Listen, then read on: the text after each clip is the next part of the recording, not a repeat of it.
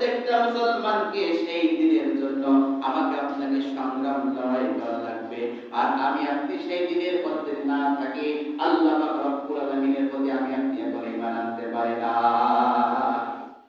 এইজন্য আল্লাহ পাক রব্বুল আলামিন বলতেছে, বান্দা যেখানে সত্য সেখানে তোমাকে সত্য বলতে হবে। কিন্তু আজকে আমাদের সমাজে যেখানে সত্য সেখানে সত্য বলতে গেলে আবার আপনার জীবন থাকছে। কথা বলেন, এখন তো আমি আপনি কেউ সুদ খাই কেউ ঘুষ খাই, আমি যখন কথা বলবো তার কিন্তু গায়ে লাগবে, লাগবে না? কথা বলেন, লাগবে। আমি যদি বেনামাজের বিপক্ষে কথা বলি, যে নামাজ পড়ে না, তার কি হবে? তার গায়ে লাগবে, তার কি ভালো লাগবে? লাগবে না। রাসূল সাল্লাল্লাহু আলাইহি ওয়াসাল্লাম ঠিক একই ভাবে যখন কোরআন প্রচার করতে গেল, তাই সেই সমস্ত মানুষরা তারা এই কোরআনকে ভালোবাসলো না, কোরআনকে গ্রহণ করলো না। কোরআনে যা সত্য কথা বলে যাচ্ছে, রাসূল যা দিয়েছে, আল্লাহ পাক রব্বুল আলামিন যেটা আদেশ করতেছে সেটাই বলতেছে, তখন কি হয়ে গেল? তাদের গায়ে লেগে গেল। তারা তখন বলতে লাগলো, মিথ্যুক, পাগল। রাসূল সাল্লাল্লাহু আলাইহি ওয়াসাল্লামকে তারা কি করলো না? গ্রহণ করলো না। হক কারা, বাতিল কারা? হক যারা থাকবে তাদের কি হবে, আর বাতিল যারা তাদের কি হবে? এখন আমরা জানি হক বলতে যারা ইসলামের পক্ষে, আল্লাহর কোরআনের পক্ষে থাকে তারাই হক। ঠিক না? কথা বলেন। কারণ হক আল্লাহর কোরআনের পক্ষে কথা বলবে, আর বাতিল কি করবে? আল্লাহর কোরআনের বিপক্ষে কথা বলবে। কারণ হক যারা কথা বলবে তারা দুনিয়ার কোনো মানুষের ভয় করে না, তারা কার ভয় করে? আল্লাহর ভয় করে। কারণ কি? আল্লাহ পাক রব্বুল আলামিন কিয়ামতের ময়দানে প্রত্যেকটা মানুষকে কিন্তু জিজ্ঞাসা করবে। কি করবে? জিজ্ঞাসা করবে যে দুনিয়ার বুকে আমি আল্লাহ পাক রব্বুল আলামিন তোমাদের কাছে এমন একটি কিতাব দিয়েছিলাম, যে কিতাবের নাম কি বলেন তো? আল কোরআন। কি বলেন? আল কোরআন। এই আল কোরআন আল কিতাব আমি তোমাদেরকে দিয়েছিলাম, তোমরা এই কিতাব থেকে মানুষের মাঝে কি প্রচার করেছো, কি হকের কথা বলেছো? যারা ইসলামের পক্ষে কথা বলবে, কোরআনের পক্ষে কথা বলবে, কিয়ামতের ময়দানে তারা কিন্তু আল্লাহর কাছে বলবে, রব্বুল আলামিন আমি অমুক ব্যক্তির সঙ্গে আপনার কোরআনের হকের উপরে কথা বলেছিলাম। কিন্তু যারা বলবে না তারা কি বলতে পারবে? কথা বলেন, পারবে না। এজন্য আল্লাহ পাক রব্বুল আলামিন জানিয়ে দিচ্ছেন, ওয়া আমিনু বিমা আনজালতু মুসাদ্দিকাল লিমা মা'কুম ওয়া লা তাকুনু আওয়ালা কাফিরিন বিহি ওয়া লা তাশতারু বিআয়াতি থামানান কলিলা ওয়া ইয়্যায়া ফাত্তাকুন। আর তোমাদের সাথে যা আছে তার সত্যায়নকারী হিসেবে তোমরা সেটা গ্রহণ করে নাও। কিন্তু তোমাদের পূর্বে যারা ঈমান আনেছিল, ঈমান আনার পরে আল্লাহর কোরআনকে তারা বিশ্বাস করে নাই, নবীকে তারা বিশ্বাস করে নাই, তোমরা তাদের মতো ঈমান এনে না। বলছেন তিনি কে? কথা বলেন, তিনি কে? আল্লাহ তাআলা। আল্লাহ পাক রব্বুল আলামিন বলতেছেন, বনি ইসরাঈল, ওই বনি ইসরাঈল ঈমান এনেছিল, আল্লাহর উপরে আনার পরে যখন দেখলো আল্লাহ পাক রব্বুল আলামিন হক এবং বাতিলের কথা বলেছে, সত্য এবং মিথ্যার কথা বলেছে, তখন তাদের যখন তারা যেই সমস্ত কাজটা করে তখন তাদের গায়ে যখন লেগে গেল, তারা বলল আমরা আল্লাহকে বিশ্বাস করি না। তাই আল্লাহ পাক রব্বুল আলামিন বলতেছে, তোমরা বনি ইসরাঈলদের মত তোমরা ঈমান আনো না, তোমরা এক আল্লাহকে ঈমান আনো, যে আল্লাহ পাক রব্বুল আলামিন এই গোটা পৃথিবীর মালিক, যিনি আসমান জমিনের মালিক, তিনি আমার আপনার হায়াতের মালিক, যিনি আল্লাহ পাক রব্বুল আলামিনের উপরে আমার আপনাকে ঈমান আনা লাগবে কি লাগবে না? কথা বলেন, আল্লাহর প্রতি ঈমান আনা লাগবে কি লাগবে না? লাগবে। তার আল্লাহ পাক রব্বুল আলামিন তারপরে আয়াতবার বলতেছেন, ওয়ালা তালবিসুল হাক্কা বিল বাতিলি ওয়া তাকতুমুল হাক্কা ওয়া আনতুম তা'লামুন। আল্লাহ পাক রব্বুল আলামিন এবার বলতেছেন, তোমরা হক এবং বাতিল, সত্য এবং মিথ্যা দুটোই একরূপে গ্রহণ করো না। সত্যকে তোমরা সত্য বলো আর মিথ্যাকে তোমরা মিথ্যা বলো। কিন্তু আমাদের সমাজে আছে এমন মানুষ আছে কিছু ভয়ের কারণে আমরা সত্যকে মিথ্যা রূপে চালিয়ে দিয়ে আছে না নাই? আল্লাহ রাব্বুল আলামিন আমার আপনার জন্য আদেশ করতেছে আকিমিস সালাত, তোমরা সালাত কায়েম করো। এটা আদেশ করেছেন কে? কথা বলতে হবে। এটা আদেশ করেছেন কে? আল্লাহ তাআলা। আল্লাহ রাব্বুল আলামিন আদেশ করেছেন, তাহলে এটা সত্য না মিথ্যা? সত্য। এখন যদি আমি এটা মিথ্যা বলে ছাড়িয়ে দিই, আল্লাহ আমাকে আদেশ করে নাই, তাহলে কি আমি আপনি সত্যকে সত্য বলে গ্রহণ করলাম? কথা বলেন না। এই জন্য আল্লাহ রাব্বুল আলামিন বলতেছে আকিমিস সালাত, তোমরা সালাত কায়েম করো। আল্লাহ রাব্বুল আলামিন কোরআনুল কারীমের ভিতরে বলতেছে আন আকিমুদ্দিন, তোমরা আল্লাহর জমিনে আল্লাহর দ্বীন কায়েমের জন্য সংগ্রাম করো, আল্লাহর দ্বীনকে তোমরা প্রতিষ্ঠিত করো। এখন যদি আমি আপনি সেই দ্বীন প্রতিষ্ঠা না করি, সেই দ্বীনের কাছে আমি আপনি সংগ্রাম না করি, তাহলে আমি আপনি কি সত্যকে সত্য মানলাম? কথা বলেন না কেন? আল্লাহ পাক রব্বুল আলামিন বলতেছে বান্দা, আল্লাহ রাসূল সাল্লাল্লাহু আলাইহি সাল্লাম জানিয়ে দিয়েছেন তোমরা নামাজের ভিতরে তোমাদের মতভেদ থাকতে পারে। কিসের ভিতরে? নামাজের ভিতরে মতভেদ থাকতে পারে।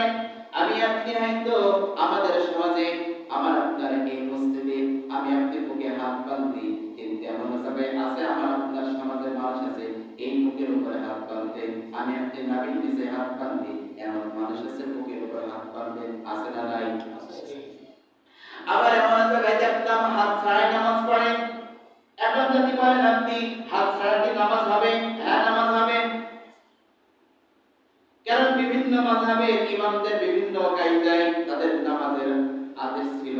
কেউ কেউ পড়েছে হাত পাতে, কেউ কেউ পড়েছে বুকের উপরে, আবার কেউ কেউ পড়েছে নাভির নিচে। কিন্তু আমি আপনি সেই নামাজ পড়ছি কি পড়ছি না? কথা বলেন না, পড়ছি কি পড়ছি না? পড়ছি।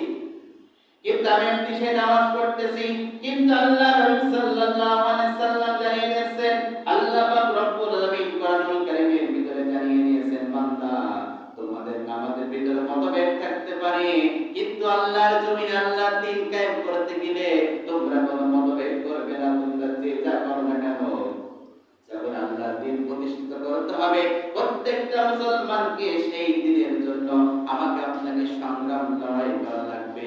আর আমি আপনি সেই দ্বীনের পথে না থাকি, আল্লাহ পাক রব্বুল আলামিনের প্রতি আমি আপনি এখন ঈমান আনতে পারি না।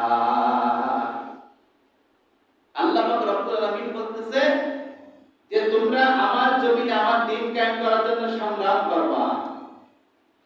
আর আমি আল্লাহ রাসূল সাল্লাল্লাহু আলাইহি সাল্লাম জানিয়ে দিয়েছেন যে হে আমার উম্মতেরা, নামাজের ভিতরে তোমাদের মতভেদ থাকতে পারে, কিন্তু আল্লাহর জমিনে আল্লাহর দ্বীন কায়েম করতে গেলে কোনো মতভেদ থাকবে না। আর যদি আমার আপনার মতভেদ থাকে, যদি আল্লাহর জমিনে আল্লাহর দ্বীন কায়েম করার জন্য, তাহলে আমার আপনার ঈমানই থাকবে। এইজন্য আল্লাহ পাক রব্বুল আলামিন বলতেছে বান্দা যেখানে সত্য সেখানে তোমাকে সত্য বলতে হবে। কিন্তু আজকে আমাদের সমাজে যেখানে সত্য সেখানে সত্য বলতে গেলে আমার আপনার জীবন থাকছে? কথা বলেন। আল্লাহ রাসূল সাল্লাল্লাহু আলাইহি সাল্লাম ঠিক একই ভাবে আল্লাহ পাক রব্বুল আলামিন আল্লাহর পয়গম্বরকে পৃথিবীতে পাঠিয়েছিলেন। পাঠানোর পরে আল্লাহ রাসূল সাল্লাল্লাহু আলাইহি সাল্লাম জমিনে আসার পরে মানুষ তাকে খুব ভালোবাসতো, খুব বাহবা দিত, তাকে নবী বলে গ্রহণ করে নিয়েছিল। কিন্তু যেই নবী যখন আল্লাহ পাক রব্বুল আলামিন নবুয়ত দিলেন, কোরআনুল কারীম নাযিল করলেন, আল্লাহ পাক রব্বুল আলামিন তাকে সত্য দ্বীন, সত্য কিতাব আল কোরআন যখন দিয়ে দিল, আল্লাহ হাবিব সাল্লাল্লাহু আলাইহি সাল্লাম যখন এই দ্বীনের মাঝে এই কোরআন প্রচার করার জন্য, কালেমা প্রচার করার জন্য তাইফের ময়দানে গেল, তাইফের ময়দানে যাওয়ার সাথে সাথে আল্লাহ হাবিব সাল্লাল্লাহু আলাইহি সাল্লামকে তাইফবাসীরা পাথর নিক্ষেপ করে তার দাঁত মোবারক শহীদ করে দিল। এমনকি শুধু তাই নয়, দিনার মাথা থেকে রক্ত ঝরাইছে। কিন্তু আল্লাহ হাবিব সাল্লাল্লাহু আলাইহি সাল্লাম কি কোন আল্লাহর কাছে বদদুয়া করেছে? কথা বলেন না কেন? করেছে? করে নাই। যারা হাদিস সাহেব তাদের কাছে জিজ্ঞাসা করবেন, তাইফের ময়দানে গিয়ে এত সুন্দর জায়গা করে দিয়েছে আল্লাহর হাবিব সাল্লাল্লাহু আলাইহি সাল্লাম ওই দিন যেই দিন তাইফবাসী রাসূলকে আঘাত করেছিল, ওই দিন তাইফবাসীদের জন্য আল্লাহর হাবিব সাল্লাল্লাহু আলাইহি সাল্লাম মন থেকে দোয়া করেছিলেন, আল্লাহ এই তাইফবাসীকে আপনি একটা উন্নত শহর করে দেন, এই তাইফবাসীকে আপনি ক্ষমা করে দেন। জিবরাইল আমিন সাথে সাথে রাসূল সাল্লাল্লাহু আলাইহি সাল্লামের কাছে হাজির। ইয়া রাসূলুল্লাহ, ইয়া হাবিবাল্লাহ, আল্লাহ পাক রব্বুল আলামিন আদেশ করেছেন, আপনাকে যারা পাথর নিক্ষেপ করেছে, আপনাকে যারা পাগল বলে গালি দিয়েছে, আপনার প্রতি যারা অত্যাচার করেছে, আপনি শুধু একবার জবাব দিয়ে বলেন এই তাইফবাসীকে ধ্বংস করে দিতে। আল্লাহ পাক রব্বুল আলামিন এক সেকেন্ড লাগবে না, এই তাইফবাসীকে ধ্বংস করে দেবে। বিশ্বনবী সাল্লাল্লাহু আলাইহি সাল্লাম বলতেছেন, হে জিবরাইল ভাই, না না, তাইফবাসীর জন্য আমি বদদোয়া করব না, আমি তাইফবাসীর জন্য দোয়া করব, ভালো দোয়া করব, যেন তাইফবাসী হিদায়াত ফিরে পায়। আর এই তাইফবাসীকে আল্লাহ পাক রব্বুল আলামিন যেন আযাব গজব দিয়ে ধ্বংস করে দেয় নাই। আল্লাহ পাক রব্বুল আলামিন বিশ্বনবীর দোয়া সাথে কবুল করে নিয়েছে। আর সেই তাইফবাসীতে আল্লাহ পাক রব্বুল আলামিন এত সুন্দর ফলের আবাদ করে দিয়েছে, মানুষ গিয়ে আশ্চর্য হয়ে যায় সেই তাইফবাসী দেখতে। আমি আপনি যে কথা বলতেছিলাম, আল্লাহ রাসূল সাল্লাল্লাহু আলাইহি সাল্লামকে আল্লাহ পাক রব্বুল আলামিন এই দুনিয়ায় পাঠাইছে সত্য দিন নিয়ে। যখন রাসূল সাল্লাল্লাহু আলাইহি সাল্লাম এই সত্য দিন মানুষের মাঝে প্রচার করতে গিয়েছে, ঠিক মানুষের মাঝে যখন প্রচার করতে যাওয়ার সাথে সাথে একটা এক শ্রেণীর মানুষ রাসূলকে ভালো বেসেছে না দূরে সরিয়ে দিয়েছে। কথা বলেন, একদল মানুষ কি করেছে? রাসূলকে দূরে সরিয়ে দিয়েছে।